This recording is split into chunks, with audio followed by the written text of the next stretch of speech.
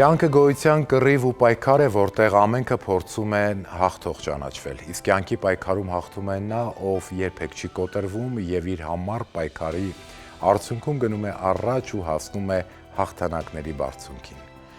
Ողջույն սիրելի հեռուստադիտող, եթերում խոստովանություն հեռուստանախագիծն է, ես Արայիկ Համբարձումյանն եմ եւ այսօր իմ տաղավարում հյուրընկալելու եմ տաղանդավոր դերասան Նարեկ Հայկազյանին, ով գալիս է իմ տաղավար։ Նարեկ ջան, համեցեք։ Բարև եք եկել։ Բարև Արայիկ ջան։ Շատ ուրախ եմ ձեր ներկայության համար, հուսով եմ այսօր անկեղծ զրույց ենք ունենալու։ Նմանապես, իհարկե։ Շնորհակալ եմ, համեցեք։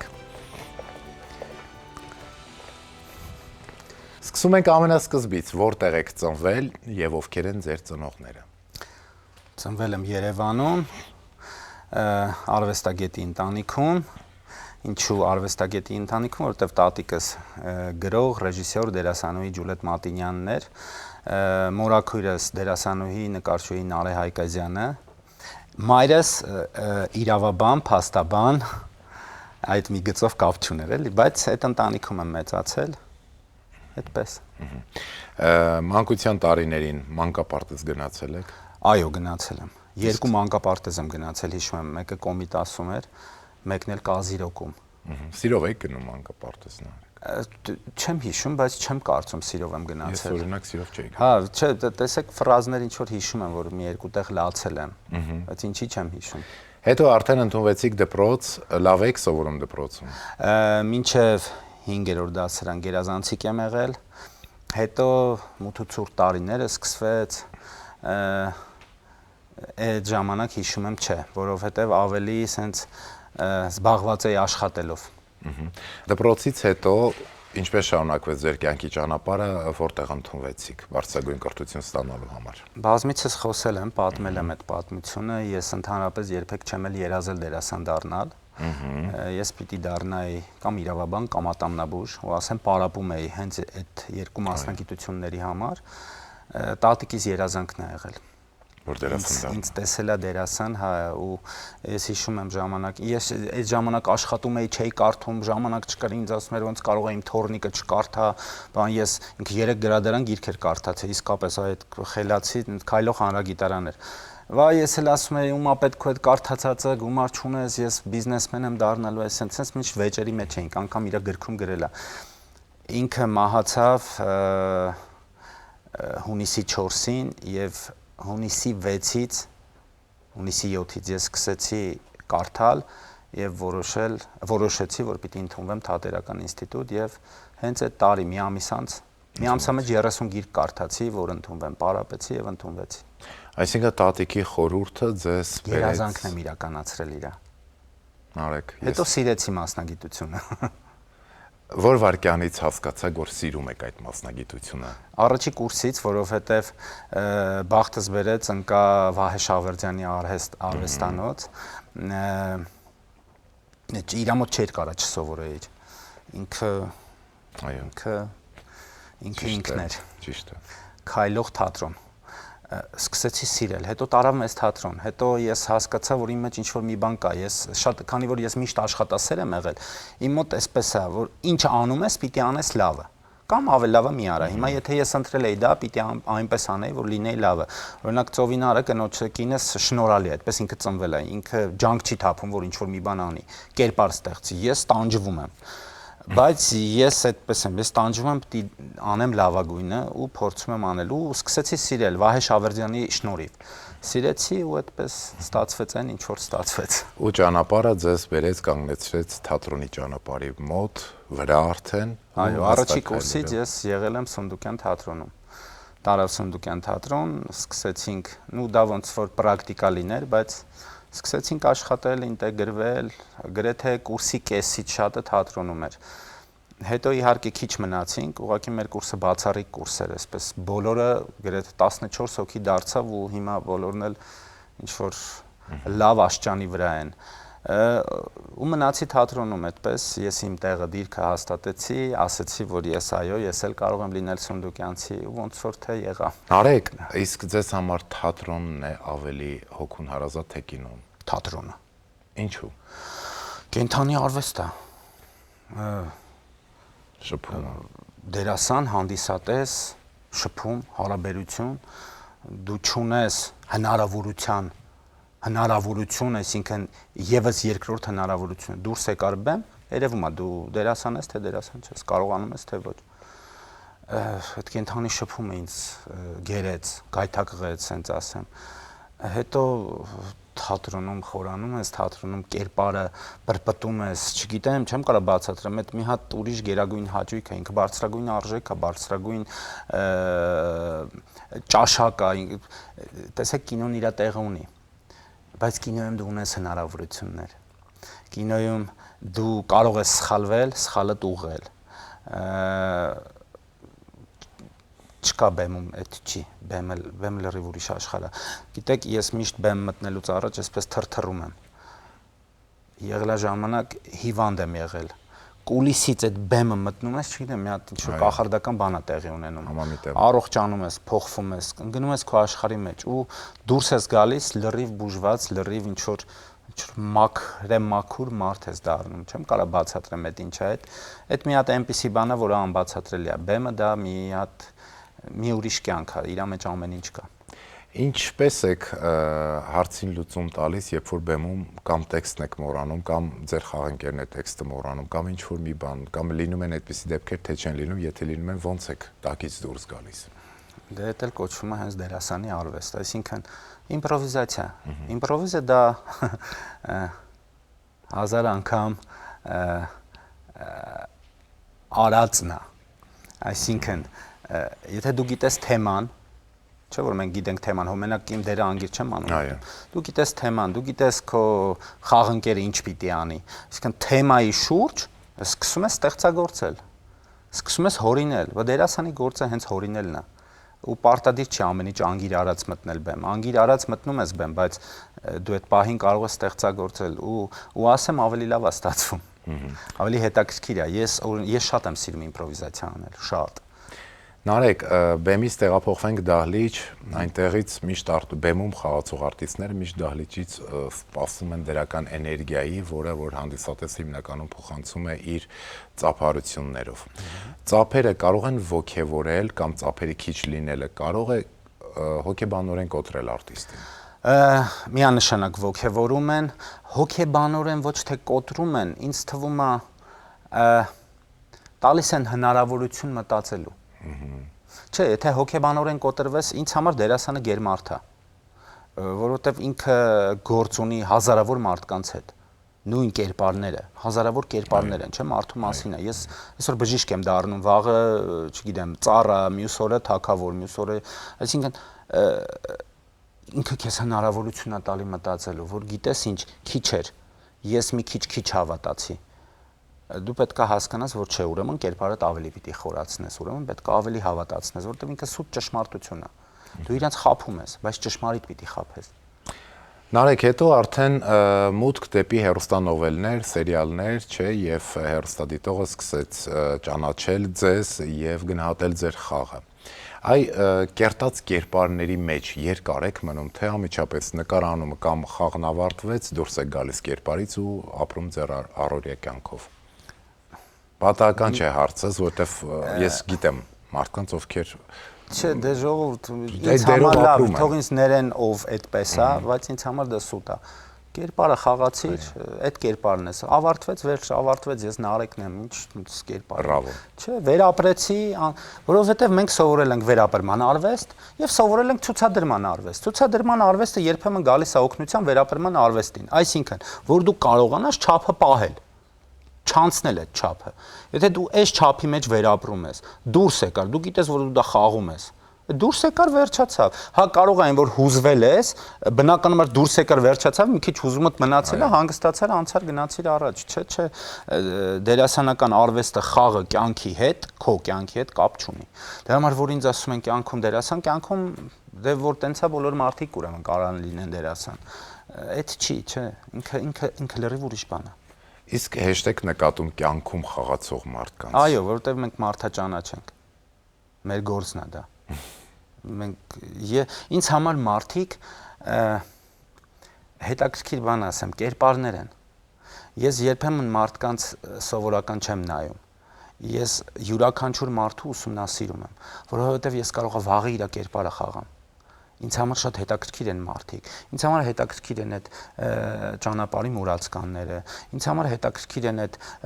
մարդիկ, ովքեր տրանսպորտ են նստում, չգիտեմ, այդ վարորդները քշում են այդ շուկաներում, այդ սուպերմարկետների երուզեր, ամեն ինչ ինձ հետաքրքիր է, որովհետև ամեն մեկը մի հատ կերպար է։ Ես գնում եմ հիվանդանոց, բժիշկներին եմ ուսումնասիրում, հիվանդներին եմ ուսումնասիրում։ Մեկ-մեկ տարօրինակ նայում եմ, իրանց թվում է ես այդ ինչի եմ տենց նայում։ Ես ուսումնասիրում եմ։ Հետաքրքիր է, որովհետև բոլորը կերպարներ են։ Այո։ Մեր մեջ կա մի հատ տեղ, որ պետքա լցվի, ֆայլի պես ինչ որ բան է մեր ուղեղը։ Պետքա լցնենք, որովհետև մի օր կարող է ինչ որ կերպար լինի, որին պետքա դու հանես ու մատուցես։ Այո։ Բրավո Նարեկ։ Գնանք առաջ, շարունակենք ձեր կյանքի պատմությունը ու արդեն մի գեղեցիկ օր հանդիպում եք Ծովինարին։ Ծովինարին մի գեղեցիկ օր չեմ հանդիպել, հենց ինստիտուտում եմ հանդիպել։ Դե պատմեք, որտեղ հանդիպեցիք, ինչպես հասկացաք, որ նա է, ով պիտի լինի ձեր կինը։ Մենք նույն կուրսից ենք եղել, միասին ընդունվել ենք Թատերական ինստիտուտ, Վահե Շավերձյանի արվեստանոց, ամենասկզբից իրար չենք հավանել, ահա, ինքը ինձ էր անուն դնում, ես իրան էի անուն դնում, չեմ հիշում երկրորդ թե երրորդ կուրսին։ Հավանեցիք։ Գիտեք ինչ, չգիտեմ, դա հանկարծակի է եղել, ինքը իմ համար տարբերվող էր, մենք իրար չենք ասել, որ մենք իրար սիրում ենք, ես իմ մեջ իրան սիրել եմ, չեմ ասել, ինքն էլ, մի գեղեցիկ օր, ինքնաբերաբար է ստացվել, չեմ կարա բացատրեմ, դա ինքնաբերաբար է ստացվել, դա Աստծու կողմից նախատեսված էր, մենք եկանք կպանք իրար, ու այդպես շարունակեցինք, մենք իրար հետ էինք թատրոնում, մենք ամեն օր իրար հետ էինք, ու մեր կյանքը այդպես էլ շարունակվեց։ Իսկ եղավ սիրոխոստովանություն։ Չէ, բոլորը զգում էին, որ մենք իրար սիրում էինք, մենք իրար նայում էինք, սիրահարված էինք նայում։ Իսկ հարսանիք ավանդական։ Անպայման, այո։ Մեծ շատ են մարդիկ եղել, հյուրեր շատ են։ Հա, բավականին։ Այն ժամանակ դե այսպիսի ռեստորանային վիճակներ քիչ կար։ Մենք ժամանակին բար ունեինք, պես ասված, հիմիկվա փաբերից։ Այդտեղ ենք արել, մեր հարսանիք, հա, բավականին մարդ կար քավորով, բանով, ադաթով հարսանիք ենք արել, հայկական ադաթական հարսանիք։ Քանի բալիկ ունեք, Նարեկ։ 2 տղա։ 2 տղա, ավագը քանի տարեկան է։ 18։ Արդեն 18 տարեկան տղա ունեք։ Ինչ են ձեր տղաների անունները։ Մեծը Սանդրի, փոքրս Արշակ։ Ով է ընտրել նրանց անունները, դուք միասին։ Ես, ոչ։ Միայն դու։ Երկուսն էլ ես։ Իսկ նրանք էլ են մտնում դեպի դերասանական։ Հետաքրքիր է, որ ոչ, մեծ տղայիս մոտ ես զգում եմ, որ կա շնոր դերասանական, ես ունեմ ստուդիա, երբեմն իրան տանում եմ խաղում, բայց հետաքրքիր է, որ ինքը չի ուզում։ Ինքը հիմա գնալու է ավելի արվեստի կառավարում այդ գծով։ Շատ ուրախ եմ, որ ունեք հրաշալի ընտանիք եւ Նարեկ, նորից շնորհակալ եմ, որ այսօր իմ տաղավարի հյուրն եք եւ այսքան գեղեցիկ զրույց է ստացվում, դեռ կշարունակվի մեր զրույցը, որովհետեւ ամիսներ առաջ այստեղ է նաեւ ձեր կինը Ծովինարը, իդեպ Ծովինար մեր ջան, ողջունները ձեզ ու բավականին մեծ արձագանք ստացավ Ծովինարի եթերը եւ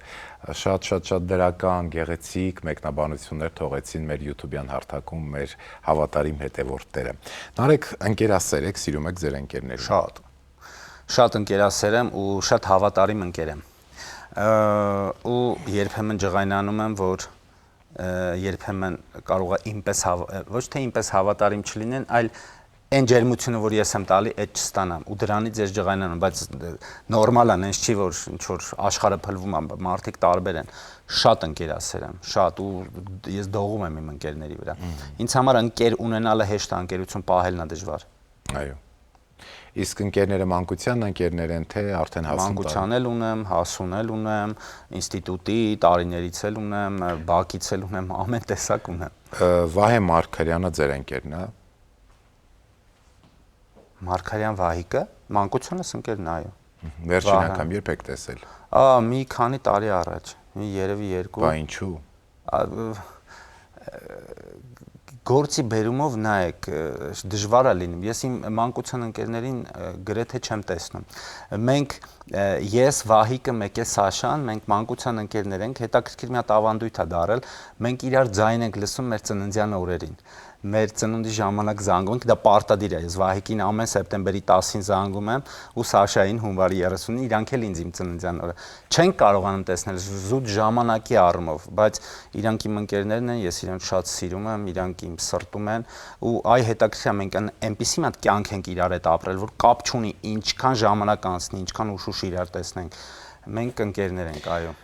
Կարծում եմ, որ հիմա առիթ կստեղծվի, որ Վահեին հանդիպեք, ձեր մանկության ընկերոջը, ում 2 տարի է չեք տեսել, բայց Վահեն արդեն մեր տաղավարում է։ Վահե Մարգարյան, համեցեք, միացեք մեր զրույցին, մեզ է միանում Նարեկ Հայկազյանի մանկության ընկերը, ում Նարեկը 2 տարի է չի տեսել։ Բարև եք եկել։ Իսկական ընկերություն, որ ձևավորվել է մանկությունից։ Վայ ջան, բարի գալուստ։ Համեցեք, նստեք, խնդրում եմ։ Բարեցրեք ձեր տեղը, շնորհակալ եմ։ Շատ սպասելի էր, սպասեի։ Հազարումի մարդի Վահիկից։ Մանկության ընկերոջը չեք սպասել։ Այսպիսի անակնկալներ են մեր տաղավարում մատուցում։ Գիտես ինչ էի սպասում, որ ինձ տեներ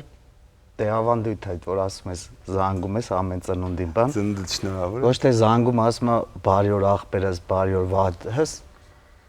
բարի օր մանկությունս։ Մանկությունս բարի օր։ Մանկությունս։ Սիրուն միտք, բարև մանկությունս։ Շատ եք կարոտում ձեր մանկության տարիների։ Իսկ հաճախ եք վիճել կամ հարևան բակի տղաների հետ։ Ամբողջ մանկությունը կռիվներով անցել, դե այն ժամանակ այդ 90-ականները բան չէր կարա այդ չլիներ, բայց միշտ պատվով ենք դուրս եկել ամեն տեղից։ Հետո գիտեք ինչ էր, այն վաղ տենց բակ կռիվներ կար, տենց որ ապուշ բաներ էր անկեղծ որ ասեմ, բայց ամեն ինչի մեջով անցել ենք, հա մենք ես Վահիկը մեկ է Սաշան մենք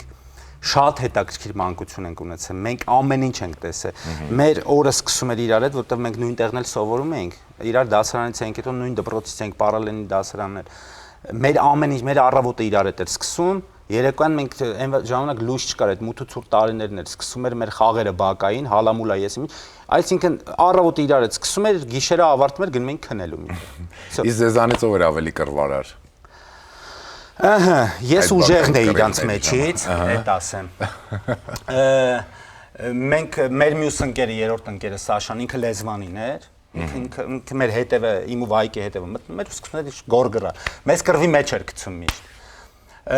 Վահիկն էլ, ես ու Վահիկն էինք կռվողը։ Մեր այդ երրորդ ընկերը բանը լեզվակռիվ գցողներ։ Ահա, ու դուք ընկնում եք առաջին։ Մենք ընկնում ենք կրակը, մենք սենց երկուսով ինքը հետևից առաջինը։ Թիկունք դեր ամուր, բայց ընկերության մեջ թիկունքն էլ պետք է ամուր լինի։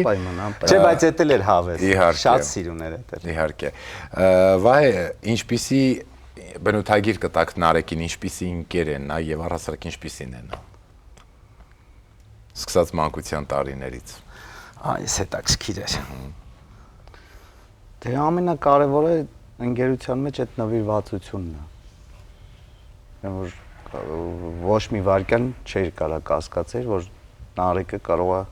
նվիրված չլինել, այդ նվիրվածությունը, առաջնահերթ նվիրվածությունը։ Առաջին ամեն ինչում այդ իրեքով ինչ եղել ենք, միշտ կուժն ու կուլեն ջարդվել է Նարեկի վրա, որովհետև առաջի տեղում ինքն է եղել, թե դպրոցում, թե այդ կռիվների ժամանակ, թե հայաթում նստած կլնեինք, մեր ժամանակը տենց էր, մի չգիտեմ, որ խոսքի մեկի ծնողը կամ տարիքով մեծ կին, հա, գալիս էր, առաջինը Նարեկը կգնար, անկախ նրանից իմ մաման կլնի, թե Սաշայի մաման կլնի, ամեն բանում առաջինը Նարեկն է եղել։ Ճարպիկ, իրեք ընկերենք ամենաճարպիկը ինքն է եղել։ Ինչ ասեմ։ Իսկ որ տեսնում եք Նարեկի կերտած կերպարները, որպես ընկեր, ձեր մեջ հպարտության աստիճան ավելի է բարձրանում, է որ նստած եք ու ասում եք մանկությունս է։ Միանշանակ։ Չէ, այդ եմ ասում, Նարեկ բառը որտեղ որ լսում եմ, դե Նարեկը ասոցացվում է միանգամից մանկության հետ։ Ու տենց էլ։ Ինչ գույն ունի մանկությունը Նարեկ։ Ոչ, չեմ կարող ասեմ, գունավոր է ինքը սպիտակ է ու տենց ու սպիտակի մեջ բոլոր գույները կան։ Ես չնայած սևն եմ շատ սիրում, բայց սպիտակ է ինքը իմ մանկությունը շատ լավ, գիտեք ինչ, ես դժվար մանկություն եմ ունեցել, ապրելակերպի առումով, բայց իմ մանկությունը այնքան սիրուն է եղել, այ հիմա չկա այդ։ Այ որ ասում եմ մենք ընկերներով գնում էինք, մենք այնքան այնց բաներ ենք արել, որ հիմա նախ չեն կարա տենց բաներ անեն։ Ես չգիտեմ, հիմիկվա երեխեք էս բան հեռախոսների մեջ են, էս ուրիշ կյանք է։ Մենք ասում եմ մեր առավոտը սկսում էր իրարով, մեր գիշերը գնում ենք քնում ենք, էլի իրարից հենց ենք։ Մենք անընդհատ իրար հետ ենք, ամեն օր իրար հետ ենք, ամեն ինչ ենք արել, ամեն ինչ ենք տեսել, դժվարությունը, ուրախությունը, ամեն ինչ։ Մենք բակից տուն չենք գնում։ Մենք դաստիարակվել ենք նաև բակում։ Մեր ծնողները, մենք մեր ծնողների հետ էինք, մեր ծնողները մեր ծնողներն էին։ Ես կարող գնայի Վայկենս տուն հաց ուտեի ու չգիտեմ, գնայի, ուր գնայի, միտեղ գնայի։ Ես չէի նայում Վայկը տունն է, տունը չի։ Կարող է գայի նետ տան ինձ հաց տար, ուտում էի, գնացի։ Մենք տենց ենք եղել։ Մենք իրար հետ ենք եղել անընդհատ։ Մեր ամեն ինչն է իրար հետ եղել։ Դրա համար նայեք, այսօր այս տարիքին հասել ենք, մենք իրար ուշուշ ենք տեսնում, բայց մեր մեջ ոչինչ չի փոխվում։ Այսինքն այդ չի բան, մենք ընկերներով իրար չենք տեսնում, բան էլ վայ բարև Վահիկ ջան, չէ, մենք այն մանկության ջերմությունը միշտ նստած է։ Ես գիտեմ, որ ես ունեմ ընկերներ, որոնց հետ մի հատ կյանք եմ ապրել ու դա մինչև կյանքի վերջը ու ես դա էլ սերմանում եմ իմ երեխեքի մեջ, ասում եմ, սենց ընկերություն կա։ Ես զարմանում եմ մեկ-մեկ որ այդ չեմ տեսնում, չնայած հիմա կյանքը շատ է փոխվել։ Մենք ամեն ինչ ենք արել, չեմ կարա բացատրեմ։ Մենք իրար հետ ֆուտբոլիստ պետքա դառնայինք, ես ու Վահիկը։ Վահիկը շատ ուժեղ ֆուտբոլ էր խաղում, շատ։ Այ Հենրիկ Մխիթարյանը մեր բակից է եղել, ինքը մեզնից փոքր էր։ Այն ժամանակ մեր հետ ֆուտբոլ էլ է խաղացել։ Վահիկը ոնց ասեմ, ես չգիտեմ, այս տղեն քեզնից խոսեմ, ինձնից բան մի ասեմ։ Չէ, դե պետք է ասեմ, այդ չեմ կարող ասեմ, մեր այսօրվա մեծ ֆուտբոլիստներից պետք է լիներ։ Չէ։ Կյանքը նենց փոխվեց, նենց հետաքրքիր, այդպես հետաքրքիր օրեր ենք ունեցել, հավես, ամեն ինչ տեսել ենք։ Քանի դեռ մանկությունը ապրում է մեզ հետ, մենք դեռ փոքրիկ ենք։ Երեխա հոգով, սրտով, մտքով եւ ժպիտով։ Այդ եմ ասում, ինձ որ զանգում եմ միշտ մանկությունս, բայց այդ մանկությունը անենց ասում են, որ դեմի մի ժամ, 2 ժամ մանկանում ես, չէ։ Հա, սա այսպես գալիս է աշկի դեմ են, որովհետեւ իրոքից մեր օրը սկսում էր դե 90-ականներ։ Մեր օրը սկսում էր խոսքի փեջի դեմը նստած պլեջ ուտելուց կամ ֆուջիկայի կողքը։ Ֆուջիկան որտեղից է։ Հա, շատ լավ։ Ու պլանավորում էինք վաղը դասերից թռնենք, ոչ թե համաձայնես, այն վախտով հմոյես։ Հա։ Այս տեից էր սկսում։ Ու տենց պլանավորում էինք հաջորդ օրը։ Հենում ենք դաս առաջին նստում։ Նորից երեկոյան վառարան, նորից պլեջ, նորից ջերմ զրույց, խոսակցություն։ Ընթացքում դե այդ տարիներին ինքը հացի հերթի էր սպասում, ես նավթի հերթի էի սպասում, մեկս մյուսով այ այսենց։ Փեդեմ տեսեք, գնանք բերենք։ Սենց է մերը։ Ինձ էլ մտովի տեղափոխեցիք մանկության հուշեր, իմ մանկության մեջ էլ այդ գույները կան, այդ հիշողությունները ես էլ վերապրեցի։ Վայ, շատ շնորհակալ եմ։ Շնորհակալ եմ, որ եկել եք մեր տաղավար ու այսքան մանկության բույր բերեցիք ձեզ այդ տաղավար ու նայեք ձեր ընկերոջ դեմքի ժպիտը, հիացմունքը։ Հա, ապրեք որ Վայկին եք կանջուկի մտքովս ընդհանրապես չեր անցնի, շատ ուրախացա։ Հայ ջան, մենք ձեզ հիմա կճանապարհենք ու կշարունակենք մեր զրույցը։ Շատ շնորհակալ եմ, ապրեք։ Նմանապես։ Ստեղ է, չէ։ Հա։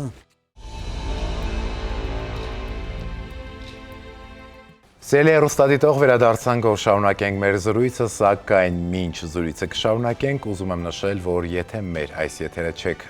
դիտել ամենասկզբից, կարող եք մեզ գտնել նաև մեր YouTube-յան ալիքում, պարզապես այնտեղ փնտրում եք Արայիկ Համբարձումյան էջը գտնում եք, միանում եք ու դիտում բոլոր եթերները։ Չմոռանաք թողնել ձեր մեկնաբանությունները եւ առաջարկությունները։ Իսկ մենք շարունակում ենք մեր զրույցը Նարեկ Հայկազյանի հետ։ Նարեկ, քանի որ ձեր մանկության բույրն էր քիչ առաջ այսպես տարածվել մեր տաղավարում, ձեր մանկության ընկերոջ դեմքով եւ ներկայությամբ, որ տարիքից ավարտվեց ձեր մանկությունը։ Բայց իմ մանկությունը չի ավարտվել։ Ես իմ հոգուխորքում այդ մանկության այդ գույների, չգիտեմ, այդ կյանքի մեջ կամ բայց որ ավելի մտել եմ հասուն կյանք, հավատացեք, դա եղել է գրեթե 15-16 տարեկանից, որովհետև ապրելու խնդիր կար, որովհետև չգիտեմ, կյանքը այդպես էր ստիպում, որ դու շուտ հասունանաս, ժամանակ չկար սպասելու։ Այսինքն, երբ որ դու գիտես, որ անելիքներ ունես, ես ասում եմ, ես իմ տատիկից հետո մի անգամից հասունացել եմ, որովհետև շատ եմ իրանով ապրել, ինքը հիվանդ է եղել, մենք անընդհատ իր կողքին ենք եղել, ինքը շատ կարևոր է եղել մեր կյանքում։ Իրանից հետո ես մի անգամից հասունացել եմ, իսկ դա եղել է 16 տարեկանում։ Դա այնպես չի, ես ինստիտուտ ընդունվեցի կամ չգիտեմ, ավարտեցի, մտա ամուսնացա, նոր հասունացա։ Ես հասունացա հենց այդ օրվանից, որովհետև հասկացա, որ վերջ։ Ուրիշ կյանքի էտապ սկսեց։ Կա մի խորհուրդ, որ ձեր տատիկն է ձեզ տվել ու այդ խորհուրդը միշտ պահում եք ձեր սրտում։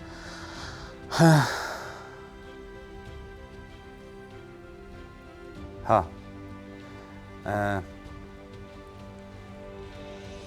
Մի հատ բան էլ կա, որ հիմա իմ տան դուռը որ բացում ես, պատին գրված է։ Իմ տան դուռը բաց է բոլորի առջև, բայց մուտք ունեն միայն արժանավորները։ Ինքը ասում էր դա պիտի լինի քո սրտում։ Քո սիրտը պիտի բաց լինի բոլորի առջև, բայց պիտի մուտք ունենան միայն արժանավորները։ Բրավո,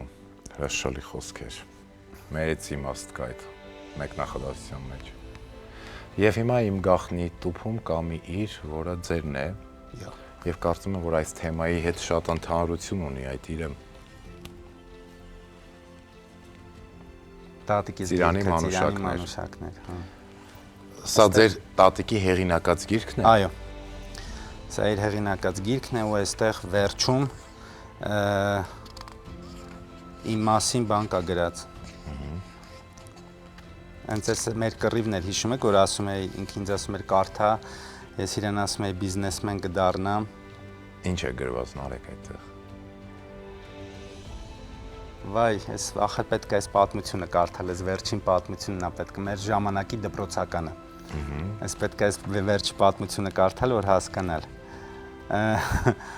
Այլես զգացած կլինես, մի րոպե, այստեղ ասում եմ, ես այդքան գիրք, որ դու կարդացել ես, ում է պետք, որ մի կոպեկ չունես, ես տատիկի հետ սենց կռիվ եմ անում։ Ինքն էլ ինձ ասում է, բա դու ինչ ես անել, ես ասում եմ բիզնեսմեն կդառնամ, ու սենց կռիվ եմ անում հետը, դրա մասին է այստեղ գրել, ու էդ էր, որ իր մահից հետո ես սենց մի հատ վարագույր իջավ իմ առջև, ու հասկացա, որ չէ, մարդ պիտի կարդա, մարդ պիտի խելացի լինի, պիտի, չգիտեմ, ինքնակրթությամբ շատ զբաղվի, որովհետև մանավանդ մեր մասնագիտության մեջ ես այդպես եմ կարծում, ես չեմ ասում, գիտեք, անընդհատ կարդալ, դա մի քիչ անհնարել է, որովհետև ժամանակ էլ չկա, մանավանդ հիմա, բայց չկարդացած մարդը երևում է, իր հետ այնքան դժվար է, այ նոր ես հասկանում, հնարավորինս ինչքան կարելի է կարդալ, հետո կարդալու տարիներ կան, չէ, որ դու այդ տարիներին ես ավելի շատ կարողանում կարդալ, ես որ սկսեցի կարդալ հենց նրա համար, որ իր երազանքը իրականացնեմ, հետաքրքիր բան բացվեց, ես սկսեցի սիրել դա, ես ինչքան բան կար, որ ես չգիտեի, ու կարդալով հասկացա, որ չէ, ես դեռ այնքան բան հələ չեմ իմանալու, չեմ էլ հասցնելու իմանալ, իսկ այն ժամանակ գիտեի ամեն ինչ գիտեմ։ Դուք այսպես պատմում էիք ու ես մեծ հոգևոր կապ տեսա ձեր եւ ձեր տատիկի մեջ միջև ու անգամ նրա երազանքը դարձեցիք իրականություն, դառնալով արտիստ, դերասան, կգա մի օր ինձ թվում է, որ հենց այդ թեմայով բեմադրություն ներկայացում կբեմադրեք։ Հնարավոր է, որովհետեւ բավականին հետաքրքիր միտք է եւ տատիկի երազանքն է, որ դարձնում է իրականություն կերպարը ու դառնում արտիստ։ Հնարավոր է, հենց կարելի է վերնագրել տատիկը, այո։ Իմաստուն տատիկը, չգիտեմ։ Շատ հետաքրքիր կլինի, մտածեք այդ մասին։ Կմտածեմ։ Նարեկ, որտեղ են գտնվում կյանքի արժեքները։ Կյանքի արժեքները գտնվում են մարդու մեջ, մարդու հոգում, մարդ մնալու մեջ, սիրելու մեջ, բարության մեջ, նախաձեռնելու մեջ, օգնելու մեջ, մարդկային արժանինքների մեջ, իրար համար լինելու մեջ, որովհետև մարդը իրար համար է, հարաբերությունը, շատ ենք ռոբոտիկացվել, ցավոք։ Ժամանակներն են փոխվել։ Բայց կարելի է մի քիչ հասկանալով բանի տեղ չդնել այդ ժամանակներին, քայլել դրանով չես կարող չքայլես, բայց մի քիչ չմոռանալ այն մարդկային հարաբերությունները։ Ո՞րն է ձեր կյանքի եղանակը։ Իրականում գարուն, չգիտեմ, բայց եթե որպես այդպես եղանակ ինքը ամառն է, ես սիրում եմ արև, պայծառ, շոգ, չգիտեմ, այդ երուզերը, բայց դե գարունն էլ սկիզբն է, չէ, ինչ որ ծլելու, ծաղկելու, հա։ Այդպես գարուն է, բայց ես այդ ամառն եմ սիրում, այդ երուզերն եմ սիրում, այդ շփումն եմ սիրում, այդ գժությունն եմ սիրում։ Նարեկ, շատ են եղել ձեր կյանքում դժվարություններ։ Շատ։ Ոնց եք հաղթահարում։ Առանց ընկճվելու, միշտ առաջ նայելով, ես հավատում եմ իմ ուժերին, ես հավատում եմ Աստծուն, ես ամեն քայլ անում եմ Աստծով, Աստծո օրհնությունը խնդրելով։ Ես չեմ վախում, ես վախում եմ չանելուց, անելուց չեմ վախում, ու փորձում եմ ամեն ինչ անել մարդկային, ճիշտ, բարության մեջ, հնարավորինս, որովհետև այն ինչ որ տրված է ինձ, դա ոչ մեկինը չի, դա իմն է, ուրիշինի վրա էլ աչք չունեմ։ Ես այնքան ինքնաբավ մարդ եմ, ես իմը կարողանում եմ ստեղծել, ես կարողանում եմ գնալ իմի հետևից, ես իմն եմ խնդրում Աստծուց։ Դժվարություններ միշտ կան ու հենց դրանով է կյանքը հետաքրքիր, ու ես սիրում եմ այդ հետաքրքրությունը։ Մանկությունից իմ կյանքը դժվար է եղել, շատ, մինչև հիմա ես պայքարում եմ ինչ-որ բաների համար, թվում է թե ամեն ինչի հասել եմ, ամեն ինչ ունեմ ու հիմա պիտի վայելեմ այսպես, մեկ էլ հոպ մի հատ դժվարություն է ծնվում, հա պահիտակ ընկճվում ես որպես մարդ, բայց ասում ես ուրեմն լավ է, դու ապրում ես պայքարի, գնա առաջ։ Դժվարությունները մեզ կոփում են եւ մեր մեջքն ավելի ամուր են դարձնում։ Միանշանակ, դա իհարկե։ Իսկ կյանքում շատ են եղել թիկունքից հարվածներ։ Վայ, շատ։ Ինչ են ուզում մարդիկ անել։ Այդ եմ ասում, մարդկանց թվում է թե քոնը իրանցն է։ Իմը իրանցը չի։ Մարդիկ երբ որ ինչ-որ բանի չեն հասնում, մտածում են դու ինչի քեզ տրվեց, ինչի դու հասար, ինչի ես չեմ, որովհետև ես արեցի հասա։ Հիմա իմ կողքինը որ ինչ-որ բանի է հասնում, ես իրան չեմ նախանձում, ես իրա հետևից չեմ ընկնում։ Ապրի որ հասել է, միջոց ձևը գտել է հասնելու։ Հարցը ոնց է հասել։ Դրա համար եմ ասում, ես ամեն ինչի փորձում եմ հասնել բարությամբ, փորձում եմ հասնել ոչ մեկին չվնասելով, որովհետև դա իմն է, ուզում եմ իմը ստեղծեմ։ Շատ են հարվածներ եղել ու անգամ զարմացել եմ, ինչու, բայց արդեն իմունիտետ ունեմ, դիմակայում եմ այդ ամենին ու արդեն սպասում եմ, որ կարա հարված լինի, թե ինչ որ մի քայլ եմ անում, սպասում եմ, որ կարա հարված լինի, բայց ամենայն անկեղծությամբ ասում եմ, ես միշտ, գրեթե միշտ փորձում եմ լինել արդար, գրեթե միշտ փորձում եմ ոչ մեկի չվնասել։ Բրավո, բայց խոսում են այդ մասին, որ ես էս արեցի, այն արեցի, չարախոսներ կան էլի, որ ինքը սենց արեց, անգամ ընկերոջն է ուզում կռվածնի բան։ Չի ստացվում, չեն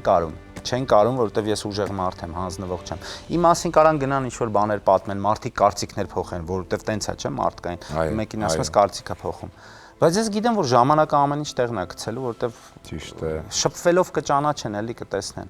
Նարեկ, շարունակենք մեր զրույցը եւ հաջորդ հարցը, ինչ է ձեր կարոտի անունը։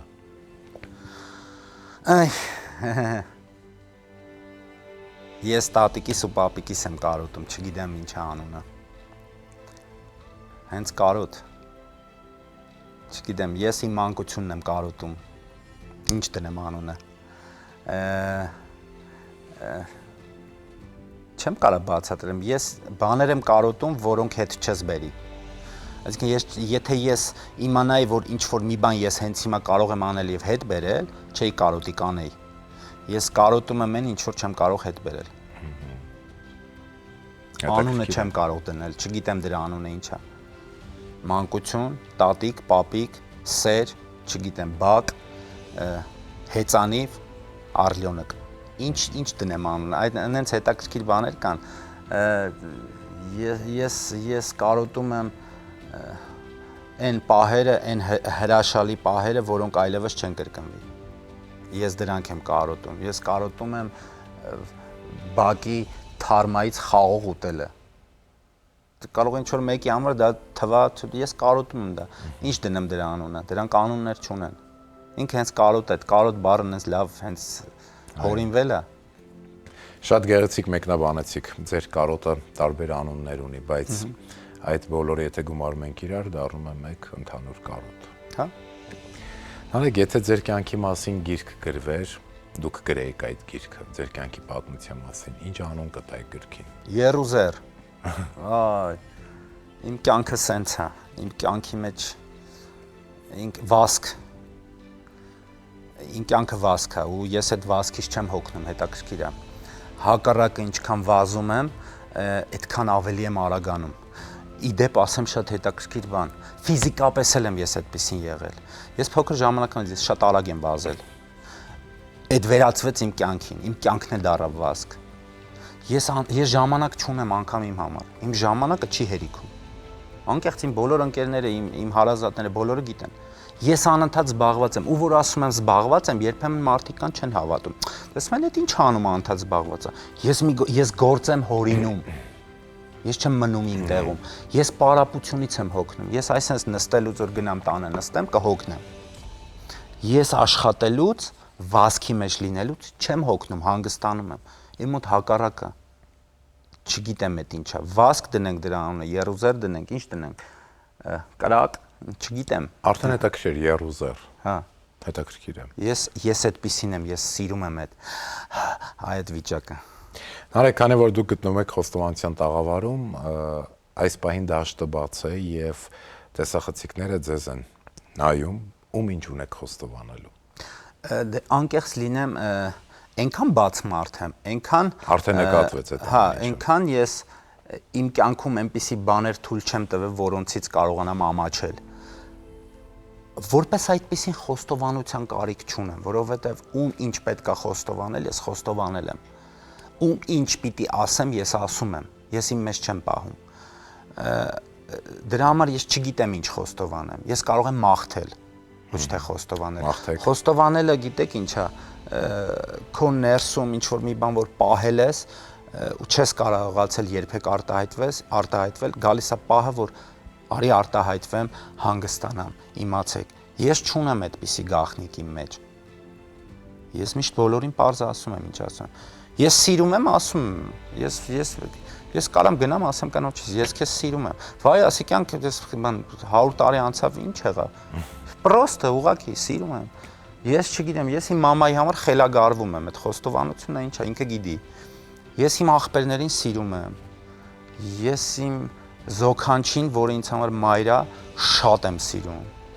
Ես իմ մորաքրոջ համար խելագարվում եմ։ Ում ինչ խոստովանեմ։ Ես իմ ընկերներին բոլորին սիրում եմ։ 1000 տարի տեսնեմ, չտեսնեմ։ Ես սիրում եմ իրանց, հանկարծ իրանց հետ մի հատ բան լինի, ես կամ։ Ես իմ երեխեքի համար գժվում եմ։ Ում ինչ ասեմ, ինչ խոստովանեմ։ Ես իմ թատրոնը սիրում եմ։ Ես այդ թատրոնում բոլոր մարդկանց անկախ նրանից ինձ ով է սիրում, չի սիրում եմ։ Ես ուզում եմ իրանք բոլորը լավ լինեն։ Ես ուզում եմ, չգիտեմ, ես որ ասում թատրոն միշտ բոլոր թատրոնների հետ եմ, հայկական թատրոնների, բայց առանձնակի նաև ուզում եմ մեր թատրոնը սենց մի հատ այս սենց լինի։ Ես բոլորին սիրում եմ, անկեղծ եմ ասում, ես չեմ խաբում, ես չեմ վախենում։ Ես կարող եմ մեկ ջղայնանամ ինչ որ, մեկ ընկճվեմ, ասեմ, ես ինչ ասեց։ Ինչ են սենց մտածում, բայց ներքուստ իմ մեջ չկա վատ բան նստած, այսինքն քեմ պահեմ, ինչ որ չունեմ ոչ մի տես թաքուն բան։ Դրա համար խոստովանելու բան էլ չունեմ։ Ամենագեղեցիկ խոստովանություններն արդեն հնչեցրեցիք։ Եվ այդ ամենի հիմքում ընկած էր անկեղծ սերը, սեր ընտանիքի, զավակի, թատրոնի, աշխատանքի, կյանքի նկատմամբ։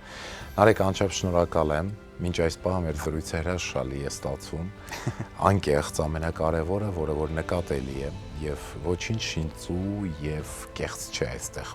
ձեր խոստովանությունների մեջ, ինչի համար ես շնորհակալ եմ։ Ես եմ շնորհակալ։ Հիմա մենք մոտենում ենք գաղտնի նամակին, դուք այսօր ունեք նամակ, որ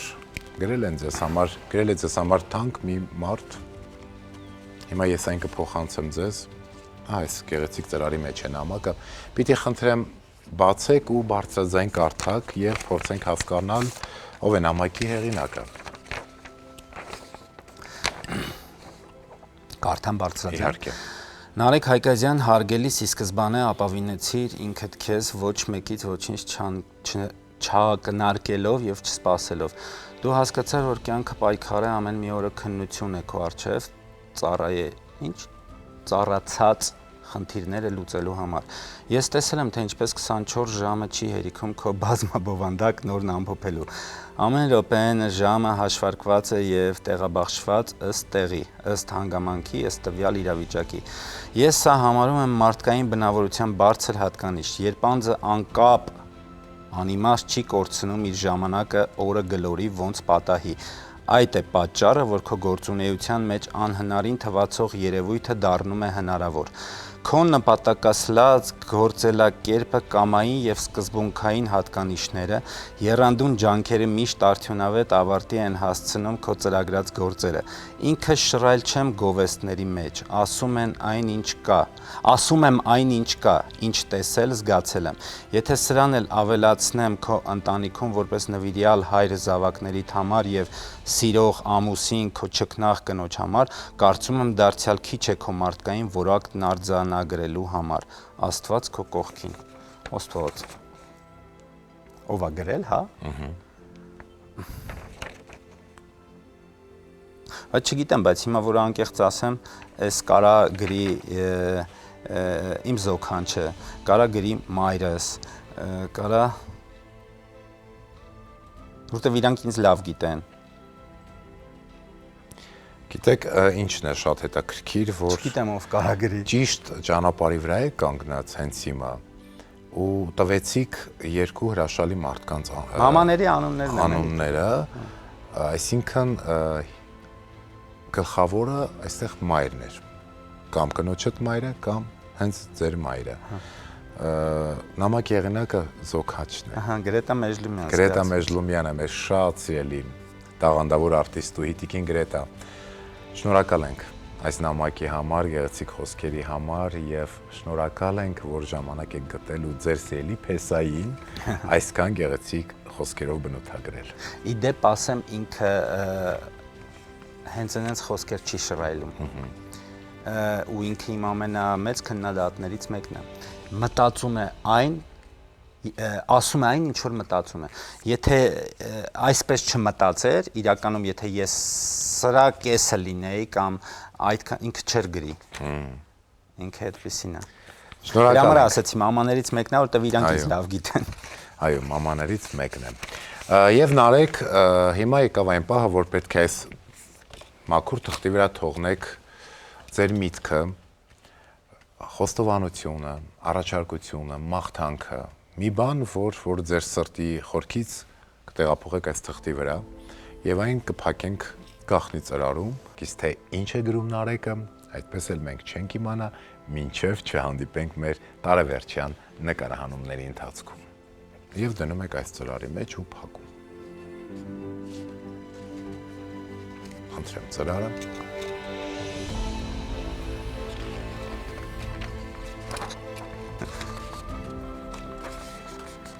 Փոքրիկ մաղթանք, բայց իսրտ է։ Իսկապես իսրտ է։ Կարևորը իսրտ է։ Շատ իսրտ է։ Այդ ծրարը տվեք ինձ, մյուսը արդեն ձերն է, կարող եք պահել ձեզ մոտ։ Շնորհակալ ենք Նարեկ։ Ես եմ շնորհակալ, Արայք ջան։ Իրականում մեր զրույցը ստացվեց, անգամ չնկատեցի, թե ինչպես անցան րոպեները ու միայն այն եմ նկատում, որ մեր եթերային ժամանակը կամաց-կամաց սպառվում է։ Նարեկ, անչափ շնորհակալ եմ գեղեցիկ պատմությունների, հիշողությունների, անկեղծության ու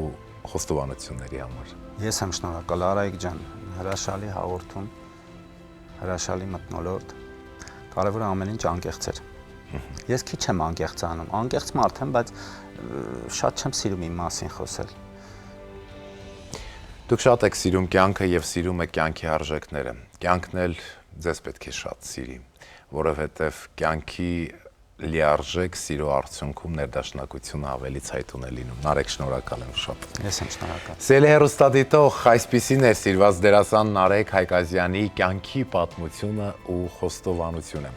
Դուք էլ խոստովանեք, միգուցե վաղն արդեն ուշ լինի, իսկ մենք կհանդիպենք հաջորդ շաբաթ նոր ու հետաքրքիր խոստովանություններով։